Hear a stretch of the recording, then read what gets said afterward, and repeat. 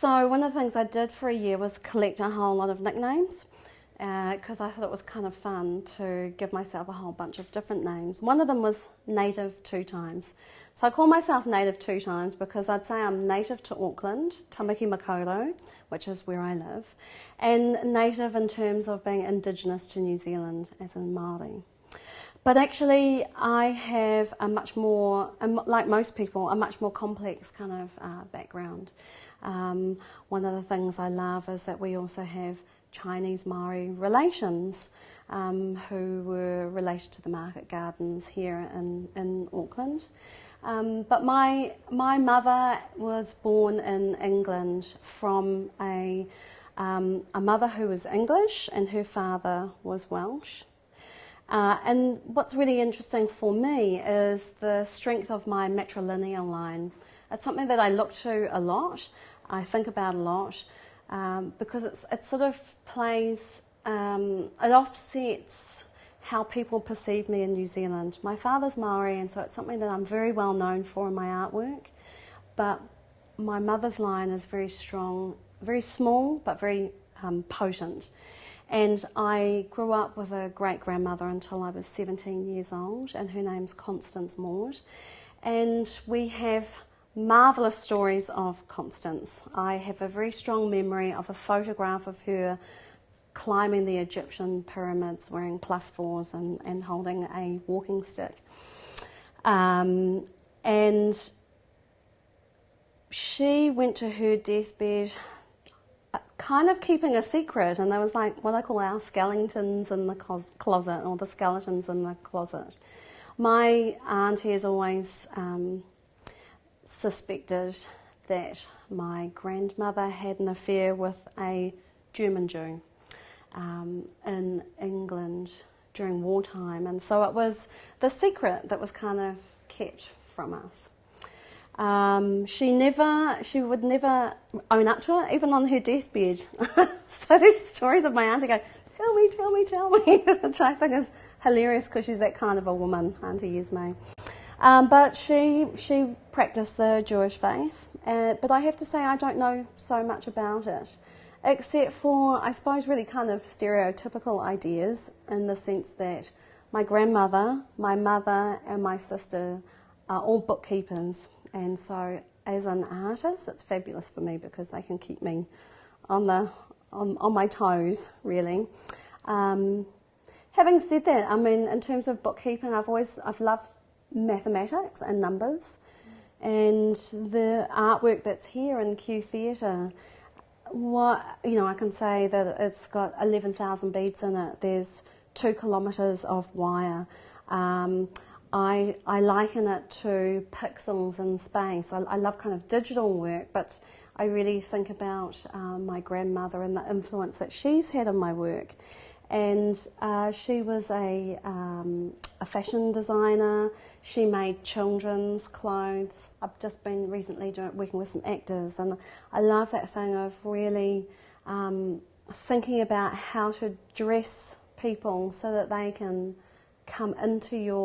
become part of a project and project something of themselves. Is always something about that person, which is why you invite them to be part of the project.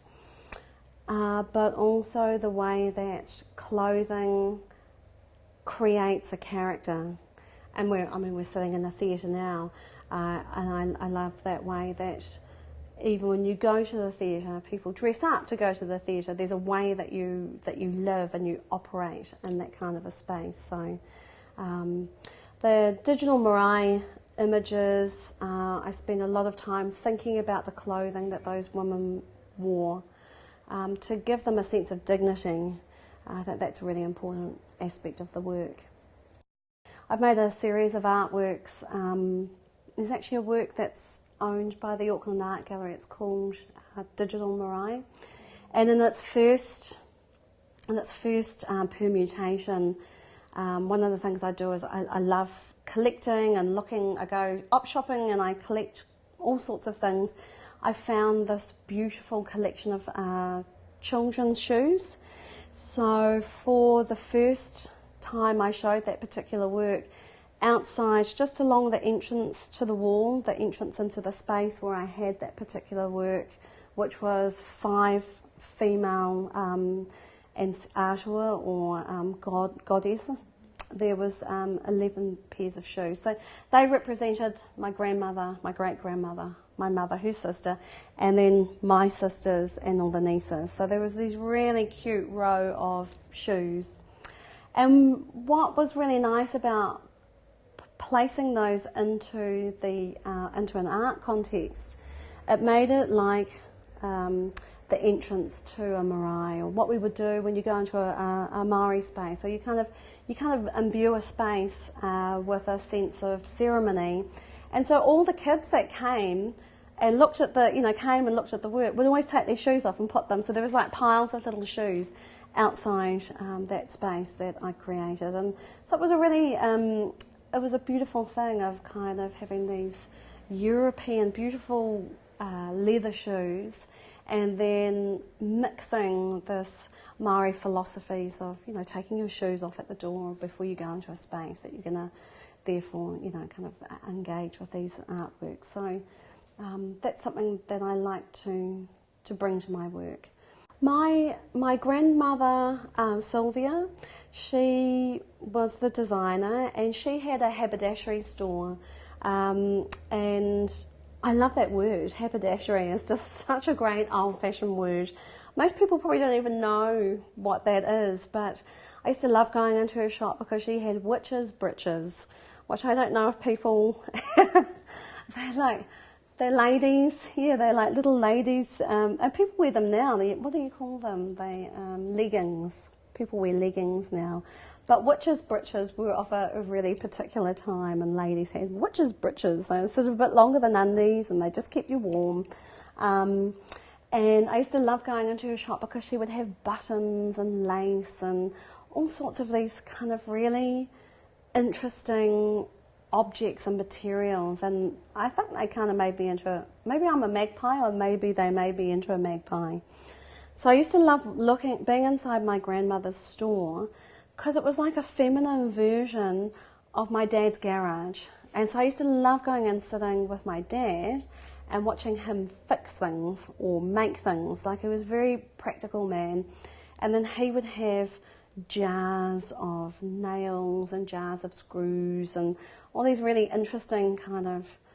I used to love watching him saw, just that, also that sawing action. It was a bit like what my mum used to do when she would do this knitting action,